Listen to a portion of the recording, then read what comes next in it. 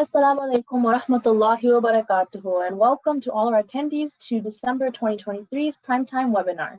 My name is Alina, and I'll be your moderator for today. And today's program is called Balancing Priorities, Serving the Self, Family, and Community. Today, we'll be discussing strategies for harmonizing personal well-being, family commitments, and community engagement. Join us as we navigate the delicate art of balancing these essential aspects of life, seeking equilibrium in a world filled with diverse demands. Let's embark on a journey to optimize our time, enrich our lives, and contribute meaningfully to both our immediate circles and the broader community. Inshallah, we'll start today's program with the tilawat of the Quran, and then I will introduce today's speaker. أعوذ بالله من الشيطان الرجيم بسم الله الرحمن الرحيم الحمد لله رب العالمين الرحمن الرحيم مالك يوم الدين إياك نعبد وإياك نستعين اهدنا الصراط المستقيم صراط الذين أنعمت عليهم غير المغضوب عليهم ولا الضالين آمين صدق الله العظيم. Inshallah, allow me to introduce today's speaker, Brother Asad Patel. Brother Asad Patel is a Hafiz of the Quran. He was born and raised in North Carolina and is the father of a boy and a girl. He has a degree in finance and is currently working as the regional manager for Helping Hand, which works for relief and development with the youth in Charlotte, North Carolina. Allow me to hand it over to our speaker today, Hafiz Asad Patel. Assalamu alaikum wa rahmatullahi wa barakatuh. Bismillah ar-Rahman ar-Rahim. Today, I was asked to talk about balancing priorities. Can everyone hear me well?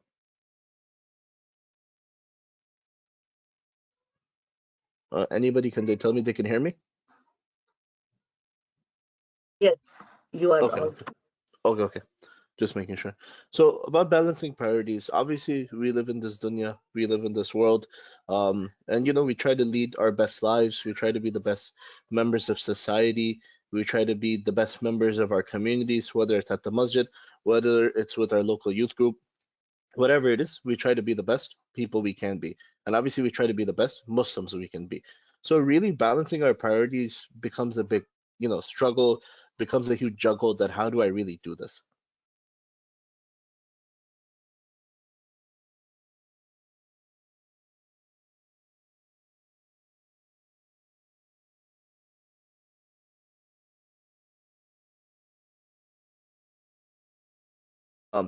Being self-serving, serving your family, and handling community matters in an Islamic fashion. This is what we're going to talk about today. So the first thing is, obviously, what does it mean to be self-serving? People think when you say self-serving, it's always a bad thing. A lot of times people think, and in certain cases, it is a bad thing, right? If people are being self-serving, only looking out for themselves when it comes to a manners of what can I get more of, how can I get more money compared to other people, how can I, get the better thing to eat, things like this, it's not good in that matter. But self-serving, having concerns for one's own welfare and interest before those of others, this is the actual definition.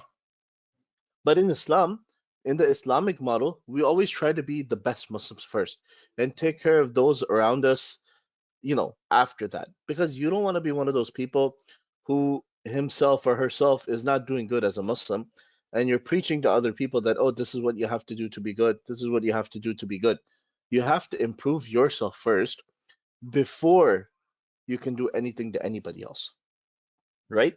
So has anyone heard of what they say on the plane when they talk about oxygen mask, right?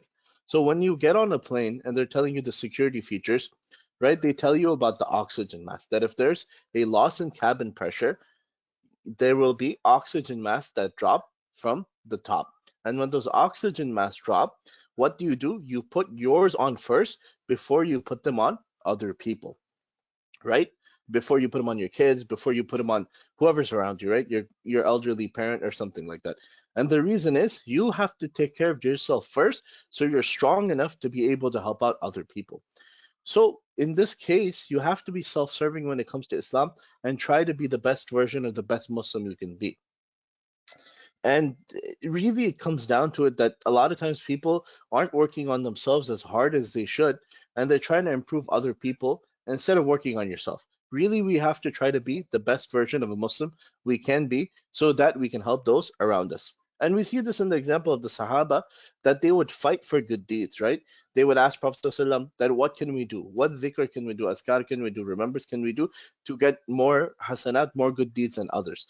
What can we donate more of to get, the benefit and the love of Allah subhanahu wa ta'ala to compete with each other, right? Improve yourself first, then tell others, right? So what does this mean? It means when you voice an opinion, be just, even if it's against a relative. Now, how is this being self-serving?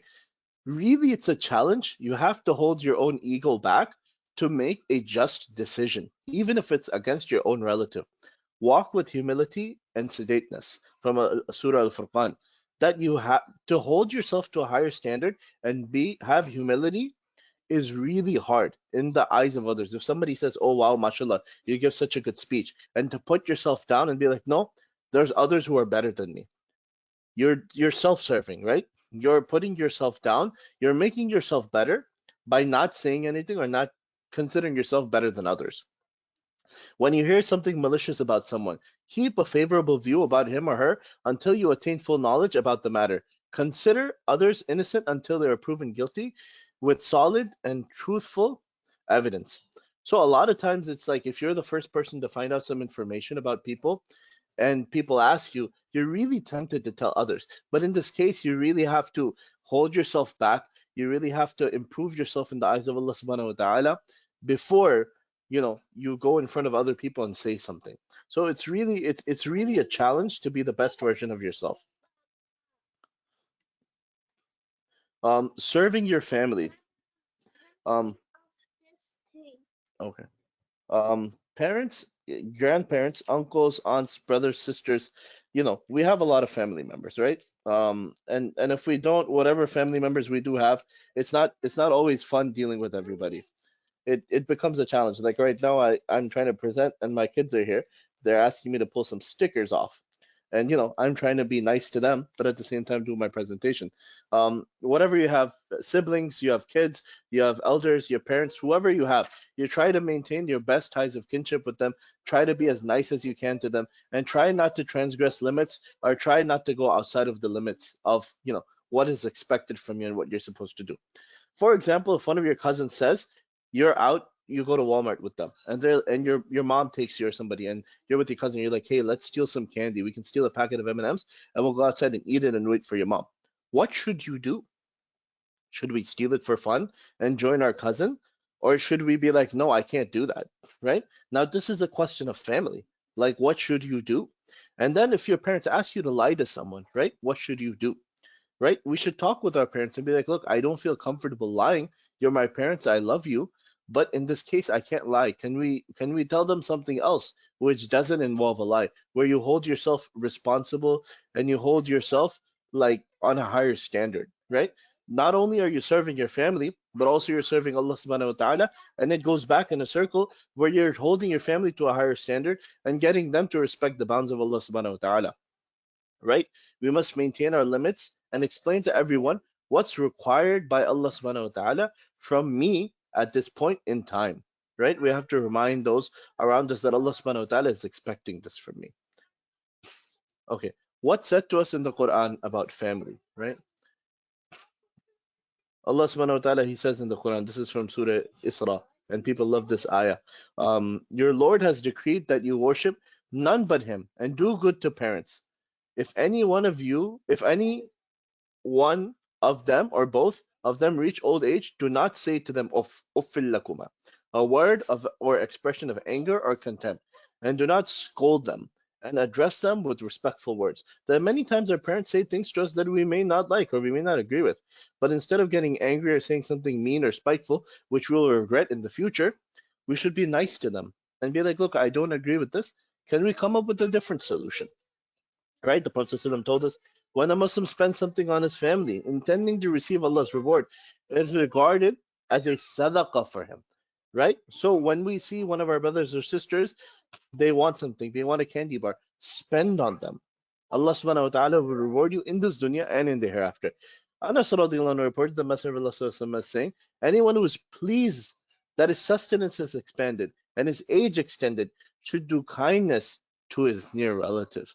That if you have an aunt or an uncle who is struggling and you have the opportunity to help them out, maybe you can buy them some groceries, or maybe you can do something else for them. Really take advantage of this opportunity, because when an opportunity comes up like that, Allah subhanahu wa ta'ala is testing you and seeing whether you're going to take advantage of the opportunity or whether you're going to let it pass and let somebody else take advantage of it. Okay. Aisha radiallahu anha reported the Messenger of Allah sallallahu alaihi wasallam said, the best of you are the best to their families, and I am the best to my family. When your companion dies, then do not abuse him. So it all goes back to the same thing, right? Try to be as best as you can to your family. The Prophet ﷺ was the best to his family. When one of your companions dies, don't be mean, don't abuse them. You know, when one of your uncles passes away, try to be there for their family. Try to help them out. And in another hadith, Abu Hurairah reported, the Messenger of Allah ﷺ said, shall I not tell you what distinguishes the best of you from the worst of you? The best of you are those from whom good is expected, and people are safe from their evil. The worst of you are those from whom good is not expected, and people are not safe from their evil. So really, when it comes to family, friends, community, whoever it is, we have to be the best person, and we have to try to help our, our friends and family members out to the best of our abilities. Um, Community, right? This is a huge thing because we're trying to build a community. This MCNA YMj, this is a community, right? And what are we trying to do when we build a community? We're trying to be fair and honest with everybody. We're trying to increase everybody's knowledge, right? We're trying to be just as Allah subhanahu wa ta'ala expects from us, right? We're not trying to play favorites.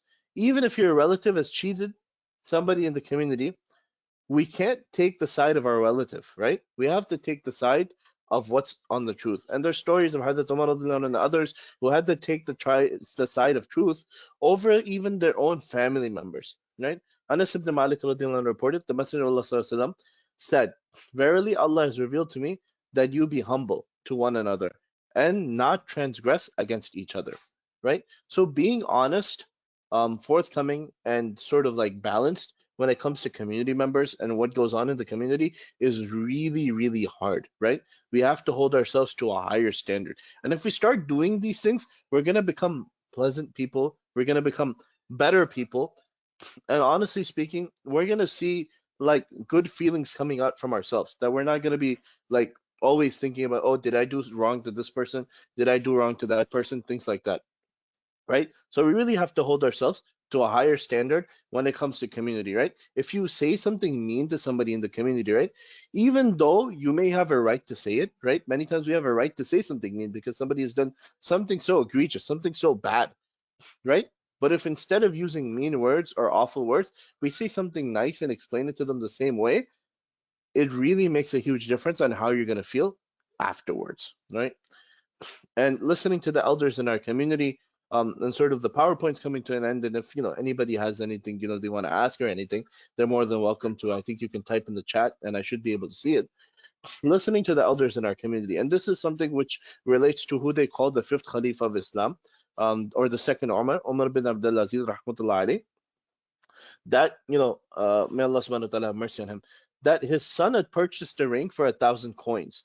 So when he found out, he sent him a message, whatever way, he wrote him a letter. Indeed, I have heard that you have purchased a ring for 1,000 coins. So sell it and feed 1,000 starving people, and buy a ring of iron for 1 coin, and write over it, may Allah have mercy on a man who knows his place. And what is Hazrat Umar bin Abdul Aziz rahmatullahi teaching his son from this? He's teaching him, stay humble, right? Take care of your community. Take care of those people around you. Don't get overwhelmed with this dunya. If you get overwhelmed with this dunya, the dunya will never fill your stomach, right? If you get one car, you're going to want a second one. If you have one ring, you're going to want a second one, right? So take care of the community, take care of the people around you. We know from the story of Abdullah ibn Mubarak rahmatullahi alayhi, that when he was selling his house, you know, people were, the neighbor who was selling the house of Abdullah ibn Mubarak rahmatullah alayh, that people were vying to buy this house because he was so kind to his neighbors that everybody wanted to be his neighbor. Okay, so in conclusion, what are we trying to do? How can we balance our lives? How can we be the best version of ourselves, right? To benefit society. Be fair and just with your family. Maintain Islamic ties of kinship. Sometimes it's going to be really hard, right? Sometimes you're going to have to bite your tongue and, serve your elders, right? And at times, if we can't bite our tongue, we just have to maybe like sit in a corner, stay away from people, whatever we have to do, right? You don't want to say something bad and you don't want to say something that's going to hurt yourself in the future, right? So just, if you have to seclude yourself or you have to stay in your room and just study, whatever you have to do, just do that. Do what's best for yourself, right? If you get into a fight with one of your siblings, you get in a fight with your brother, you get in a fight with your sister, right? Instead of hitting them or beating them up or being awful to them, right? Sit in a corner and, just be like, look, I'm not gonna bother them. I'm not gonna get into a fight with them or anything like that. I'm just gonna,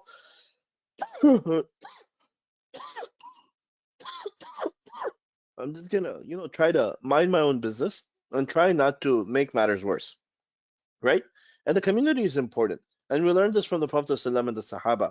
They built a community and a support system in Medina to take care of everyone, Muslim and non-Muslim. When the Prophet ﷺ and the Sahaba first went to Medina, the Prophet ﷺ made Sahaba, Ansar and Muhajir brothers with each other. And this was to build that ecosystem. This was to build that system that, hey, we have to love each and every one, regardless of your background, right? If we're Muslim, if you're Chinese, if you're Australian, if you're, from Canada, you're from Pakistan, you're from India, you're from Bangladesh, you're from Saudi, you're from wherever you're from, Palestine, you're brothers with each other. And we have to look out for each other. And this is the greater and the grander community of Muslims, right? And helping people is an act of worship. Feeding your neighbor is an act of worship, right? Ibn Abbas reported the Prophet ﷺ said, he is not a believer whose stomach is full while the neighbor to his side is starving, right? And a neighbor isn't just the person who lives beside you. If we go into the hadith, it tells us about the depth of how many people around us are our neighbors. So we have to really look out for each and every person around us. And we have to really, be mindful of whether we're taking care of them or not. And when we bring all of these things, right, we try to become a better version of ourselves, right? A better Muslim. We take care of our family members and we take care of the community around us. We're going to become complete and, honest, community taking care of Muslims. And, this is what I want to be. This is what I want everybody to try to be. And, we make mistakes. Look, if you make a mistake, ask Allah subhanahu wa ta'ala for forgiveness and move on. Don't dwell over it. Don't think, oh, well, what a bad person am I, right? Don't dwell over it. Just try to move on and try to do what's best. And inshallah, this is what I had prepared. I was a little bit ill. I had told sister that the sister that I was a little bit sick, so I didn't get a chance to really spoof up the PowerPoint, and it's a little bit wordy. But like these were the main points which I wanted to discuss. Now, if anybody has any questions, you can send them in. Okay, hold up. You can send them in here and I can answer them. If not, then the sister can let us know what's next.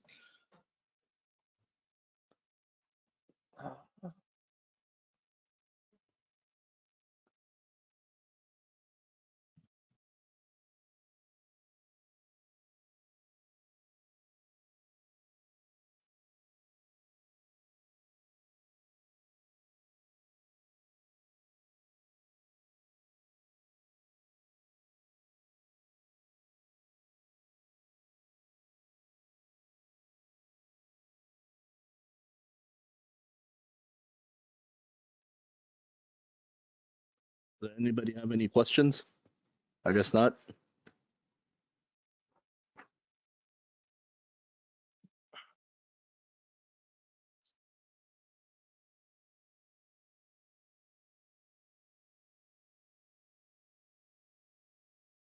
Okay. Um, okay.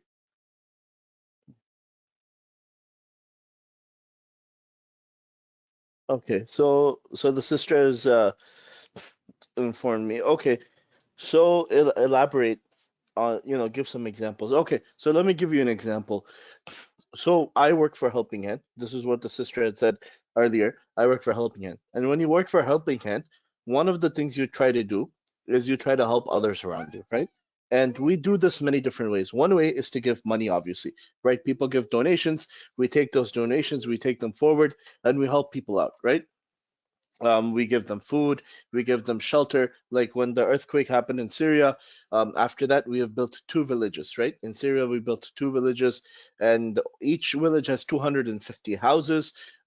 There's also, you know, aside from the houses, there's a masjid, a school, a market. There's different things like that. They're built in Afrin, right? And this is in northern Syria. And this is where we built them, right? And this is for people who have lost their houses due to the earthquake. Now, many people, they're like, well, we don't want to just give money. We also want to help out in another way. We have something called in-kind donations. And when we do in-kind donations, what is that? That is when somebody brings their clothing, they use clothing which is in good condition, and they donate it. And we take this donation and we take it to different countries like Jordan, Lebanon, Pakistan, Tanzania, Kenya, places like this, and we then distribute these clothes, right? Now, one person can be like, well, I'm just giving it. But for a lot of people, for them, this is taking care of the greater Muslim community, that they feel really like honored. They feel like really on the next level that, oh, Allah subhanahu wa ta'ala has given me this opportunity to help out the greater community, and I'm really doing this. Now, many people, what they do with their kids, is they have a jar, like a donation jar. And in this donation jar, people will donate the money, people will put the money, right? But some people have a donation jar for each child. Now, each child will put in their 5, 10, $15, right? Every single month. And at the end of the year, the parents will donate this money. And then what happens is we put like a plaque on the house if they donated for a house, or if they donated for something else like a tree or something, we put a plaque on it that this is from so and so. Like for example, my daughter, her name is Sophia, so it'll be like this tree has been donated by, or this house has been donated by Sophia. So when somebody sees this, they get motivation to do even more, to help out the greater Muslim community. But at the same time, you've involved your family and you've made them do even better, right? And then, what are you doing? You're doing this for yourself. You're not doing this for anybody else. You're doing this for yourself, and you're doing this to please Allah subhanahu wa ta'ala, right? And that is our main purpose. Whenever we do anything, we do this to please Allah subhanahu wa ta'ala. We want Allah subhanahu wa ta'ala to be happy with us, right? A lot of times people are like, oh, I want so and so person, like my friend, to be happy with me, right? If I do something.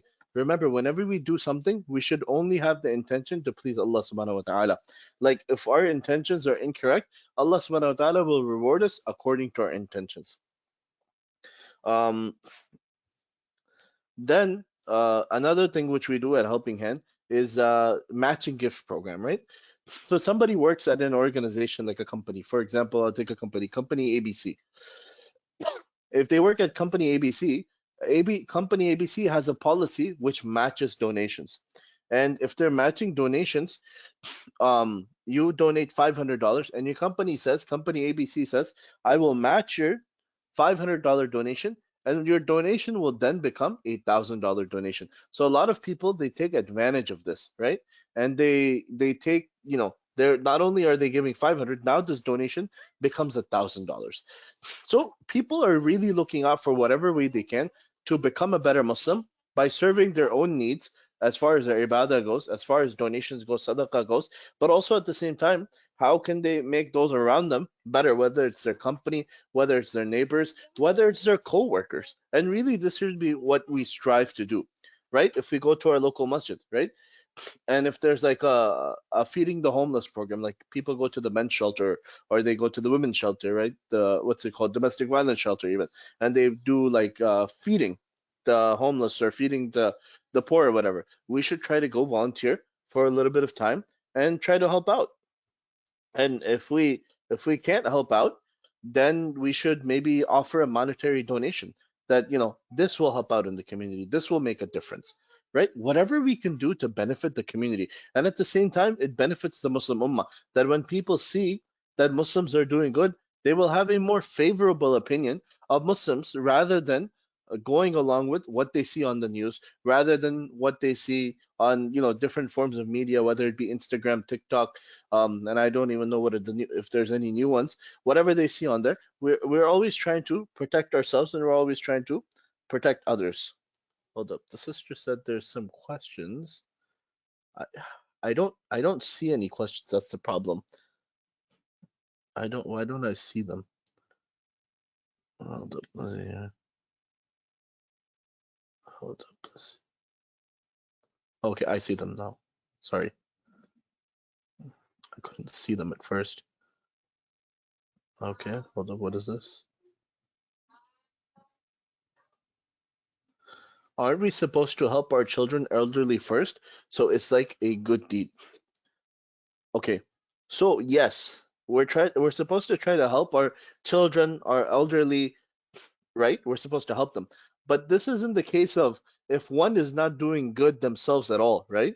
If you're not doing any good deeds at all, right? If you're not giving any sadaqah and you're giving advice to somebody that hey, give sadaqah, then you're not being honest and truthful with those around you. That yes, it's good to encourage other people to do good, but if you yourself are not doing it, there becomes a level of dishonesty that for example you tell somebody that oh such and such flavor of ice cream is very good but you yourself you've never had it, how can you prove that this is such a good thing to do? So we really have to work on ourselves and become the best version of ourselves that we can before we try to push others towards good as well. We should never push them towards evil, but we should try to be the best version of ourselves that we can before we start pushing others. Okay, let's see here. Okay, hold on. We can hear you. Okay, sorry.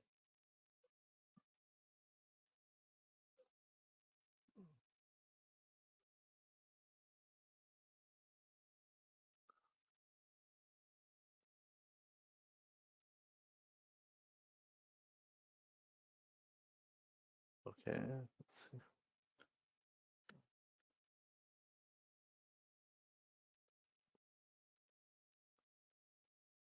Okay.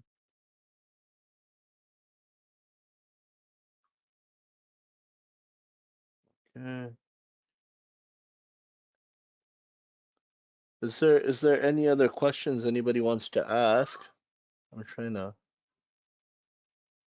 expand it a little bit more to see it.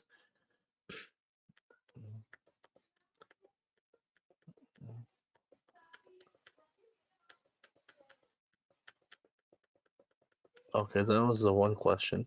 Aren't we supposed to help others? Yeah, like I said, we want to try to be the best version of ourselves that we can be. Before we're trying to impose on others of what things to do. If one is not praying, one should start praying themselves before you start imposing on others that hey, you should start praying as well. That we can't have an air of hypocrisy about ourselves when it comes to ibadah, when it comes to anything good.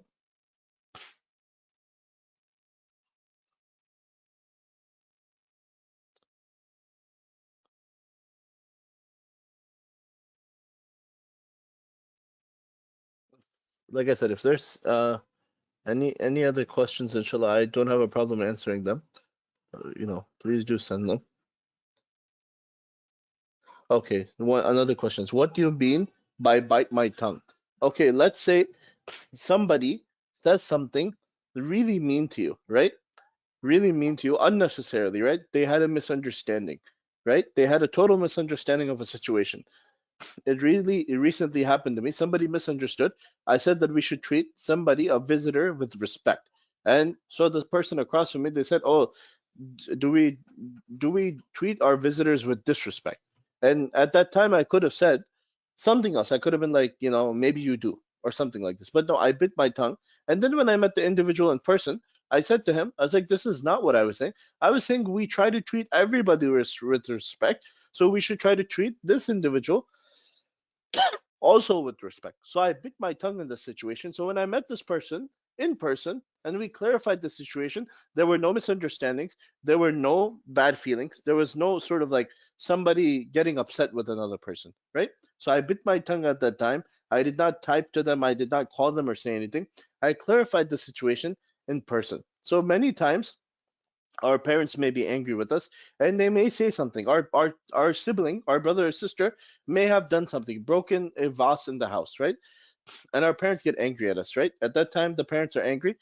And you know what? We drop it and we say, okay, let's leave it.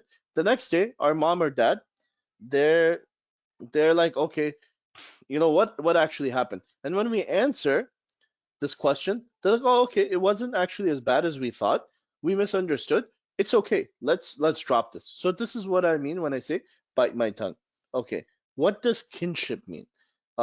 One's kin, one's, somebody who's close, like a relative, ties of kinship. It means like the Prophet ﷺ always informed us through the hadith. We learned this that we shouldn't break off the ties of kinship, right? Maintain your Islamic ties of kinship, right? Kinship, what is one's kin, right?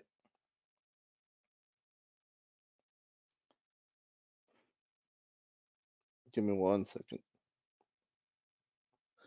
Somebody who is kin is one's family and relations, right?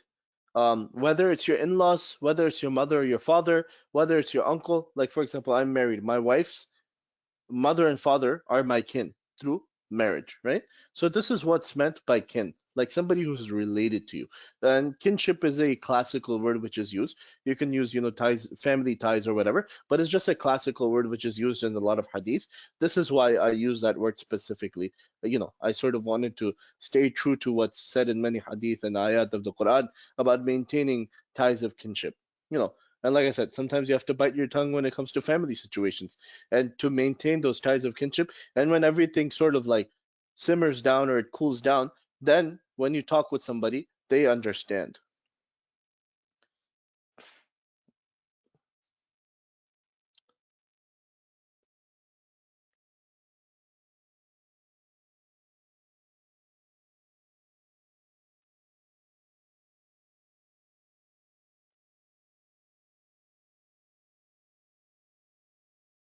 Yeah,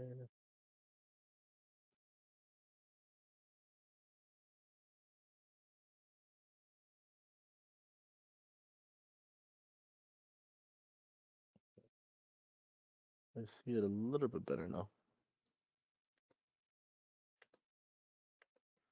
Mr. Asad, please read my question. I'm trying to.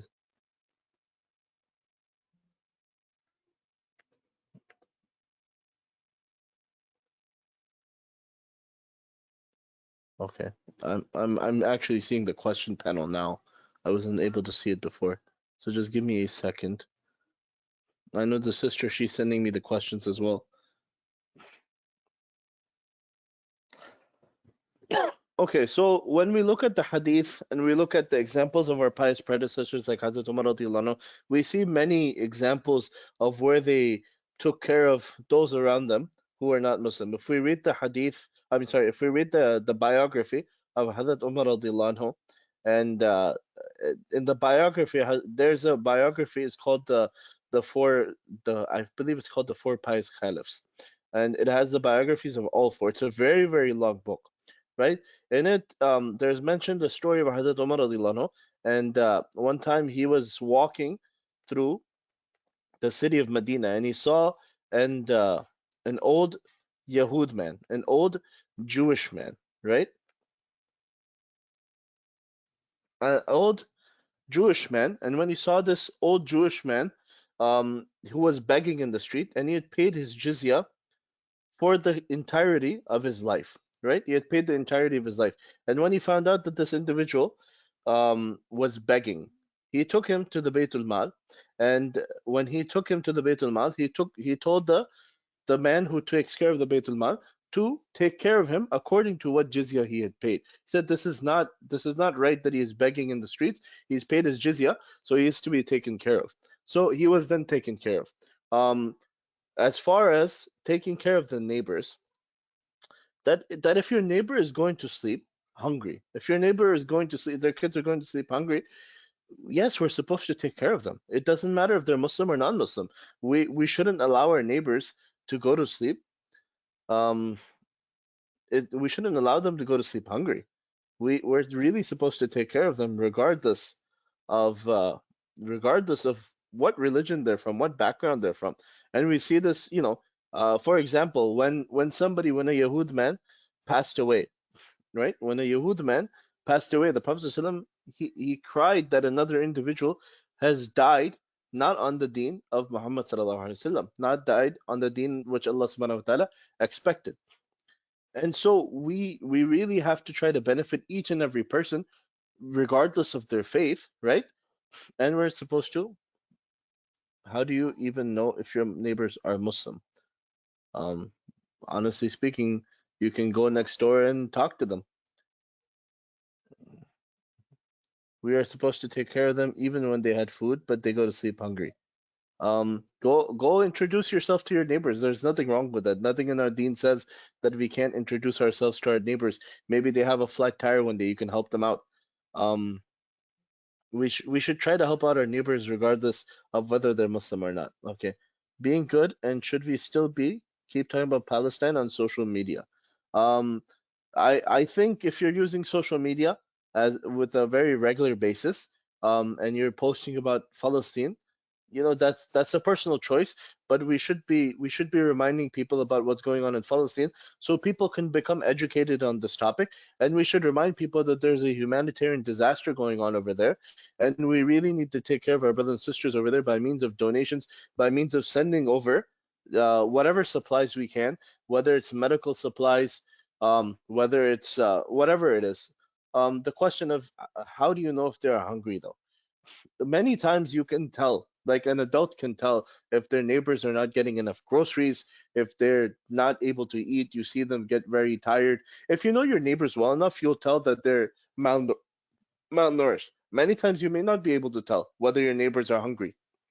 But but in a general sense, if you want to really serve the community, you can go to a homeless shelter, or you can go to one of the ICNA relief pantries, food pantries, or even if you live in a neighborhood, you can spread the word that there is a food pantry, that they help out people of all walks of life, regardless of religion. That if you need supplies, please go there. Like during COVID, I don't work for ICNA Relief, but ICNA Relief is an amazing organization. During COVID, many people would go to the ICNA Relief food drives, and they would get food from there, and they were not Muslim, right? But people would go around in their neighborhoods, and they would give the information and give out the pamphlets to their neighbors. So anybody from the neighborhood who needed food or who needed supplies, they could go to the ICNA Relief food pantry, or they could go to the food drives and get food. So it's not necessary that we cook salan, or we cook like some food like rice and like a curry for them and we hand it to them. There's many different ways of helping our neighbors out, whether they're Muslim or non-Muslim. And it really leaves an impact of Islam and the legacy of Islam, that how what if you try to help them but they say it's none of our business? Then you just leave them. If they say it's none of your business, you just leave them. We never try to impose ourselves on others. We never try to push ourselves on others. We really don't try to do that. Examples of how to benefit society, please. Um, how can we benefit society? We can try to be a better person. We can maybe educate people. For example, you know the last 10 surahs, or Juz Amma, and in your masjid they have a class at a Sunday school, and they need somebody to teach Juz Amma. You can go there and teach. If in your community they have a food program, like Ikna Relief is coming and they're giving out food boxes, you can come and you can help them distribute the food. In Ramadan, if they give out iftars, right, you can come and help out and hand out the iftars. There's many different ways in which we can enrich and help out society. It's not predicated, or it's not necessary that we do it a certain way, or we're within certain parameters. We have to be open, and we have to. So if you do not feed your neighbors, you're not a true believer. Look, if you've done whatever you can do, and you can't help them beyond that, your neighbors, then you leave it. You do what you can with what's within your limits, right? If you know that they're sleeping hungry, you know that they don't have enough groceries, you help them whatever way you can. If they don't want your food, you tell them go to a food pantry. You whatever you can. Can I help you with your groceries? You try to do whatever you can. It's not necessary you go into their house and you find out their business, right? You try to do what you can, and you try to be cordial, and you try to keep decorum, like be very kind and respectful of them. It's not necessary you delve into their business and find out everything about them. Is the lesson done? For the most part, I'm just answering the questions anybody has now. So we've went over the PowerPoint. So we're just answering questions. If anybody has any other questions, they can send them. So I'm just trying to answer them. No, I didn't have a Kahoot. I apologize. I was very sick the past few days, so I wasn't able to prepare one. Inshallah, next time I'm invited, I will have a Kahoot. It's just I was running a very high fever the last few days. I had promised the sister that I will show up for this, so I'm here. But aside from that, I'm very sorry. I was not feeling too well the last few days. But for the most part, we try to do the best that we can. Um, we try to do the best that we can. We try to do the best that we can with everybody around us, right? Muslim, non-Muslim, because of we are the examples of our deen.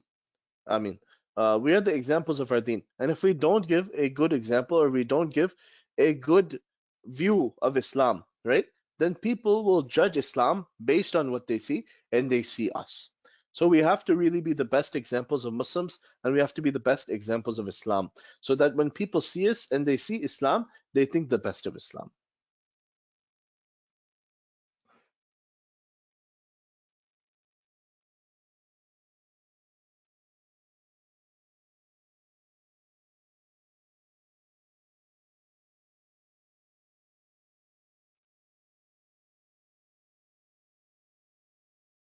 You know, that sounds like Planet Omar, when Omar's family, his neighbor, got hurt and Omar's mom helped her even though she was mean. I've never seen Planet Omar, so I don't really know what this is. So maybe I'll watch Planet Omar and see what you mean. Somebody's Oh yeah, I guess I'll have to read the book. I thought it was a show because they have a few shows like that. Okay, inshallah, maybe I'll get the book and I'll read it to my kids as well, inshallah. Planet Omar. Yeah, it's like that. Some people, they have very good hearts that even if you hurt them or you're very mean to them, that they'll still be nice to you. Okay, inshallah. So if it's a really good book, and inshallah, we can, Sister Ambreen and other sisters who run this, they can, look through some of the materials people suggest and maybe suggest it as a book that other people should read to their kids.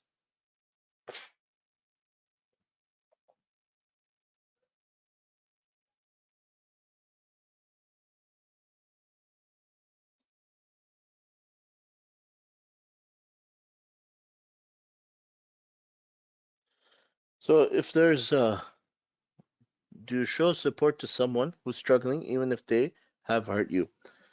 Look, so this is very difficult to answer because how someone has hurt you, nobody knows, and how much they've hurt you, nobody knows, right?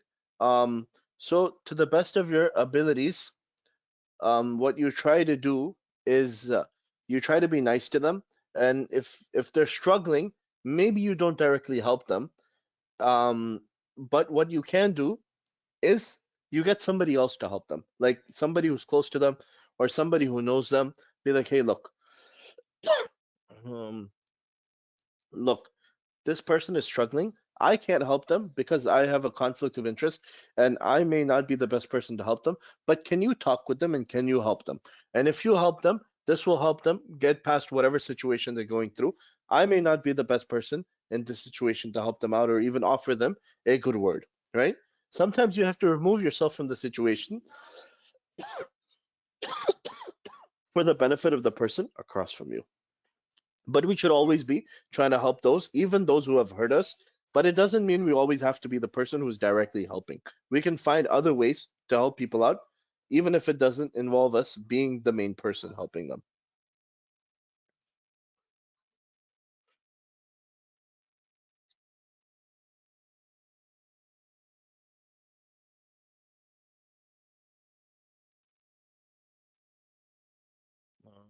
Hold up one second. I think they said share the planet. Oh my.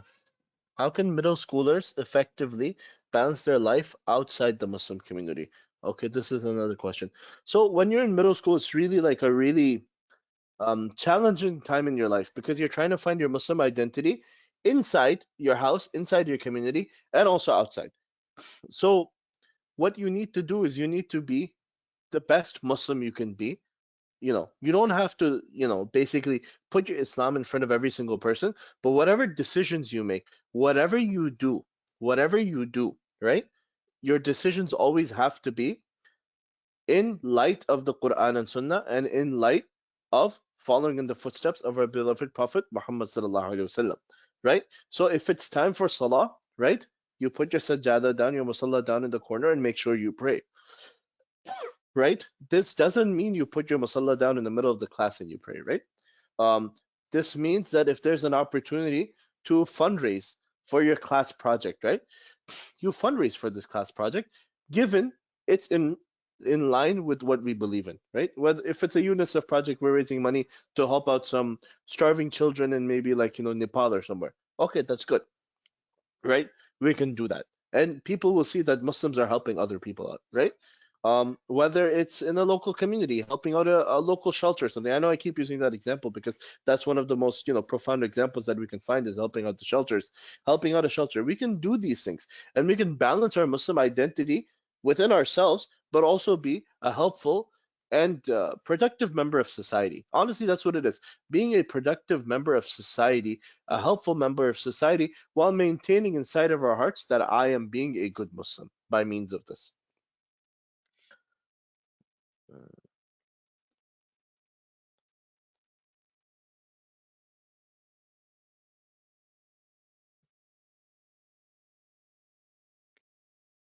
Okay, if there's any other questions, inshallah, please go ahead and send them.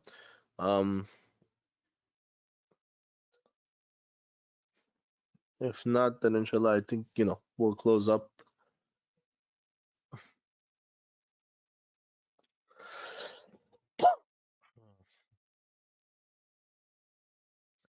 Okay, so inshallah, but Jazakallah khair for the opportunity. Sorry I wasn't seeing the questions earlier. I finally figured out how to open the tabs. This is the first time I'm using this specific platform. I really do apologize. Okay, hold up. Should we help someone who's part of the LGBT community, um, if they need our help, or should we wait for someone else to help them since we can't have a soft spot for them? Okay, so we dislike and we don't agree with the sin, right? And we don't we don't try to be encouraging sinners to perform sins, right? And in this case, you should go to a local scholar and ask them based on your situation whether we should help them or not. But in most cases, most of our scholars and most of our elders, they tell us that still, if a person who comes from this community needs something to eat, you can still provide them a sandwich. You don't leave them hungry. But each situation is different. So in this case, I would suggest whichever city you live in, talk with a local scholar, and it's on a case by case basis, and they'll suggest you the best solution for this of how you can address this, and how you can basically give them an Islamic solution for their problem, or give you, sorry, an Islamic solution for your problem of how to deal with an individual who happens to come from this community. This is, I think, something that should be discussed with a scholar rather than me. I don't consider myself a scholar. Jazakallah khair. Um, سبحان ربك رب العزة عما يصفون وسلام على المرسلين والحمد لله رب العالمين. Jazakallah khair for the opportunity to meet with you and present to all of you. Assalamu alaikum wa rahmatullahi wa barakatuh. Brother Asad, for delivering such an engaging and informative talk today on balancing priorities in an Islamic fashion in our everyday lives. We will now end today's session with Surah Al-Asr and the Dua. أعوذ بالله من الشيطان الرجيم بسم الله الرحمن الرحيم والعصر إن الإنسان لفي خسر إن الذين آمنوا وعملوا الصالحات وتواصوا بالحق وتواصوا بالصبر بسم الله الرحمن الرحيم سبحانك اللهم وبحمدك نشهد أن لا إله إلا أنت نستغفرك ونتوب إليك السلام عليكم ورحمة الله وبركاته. Exit this thing.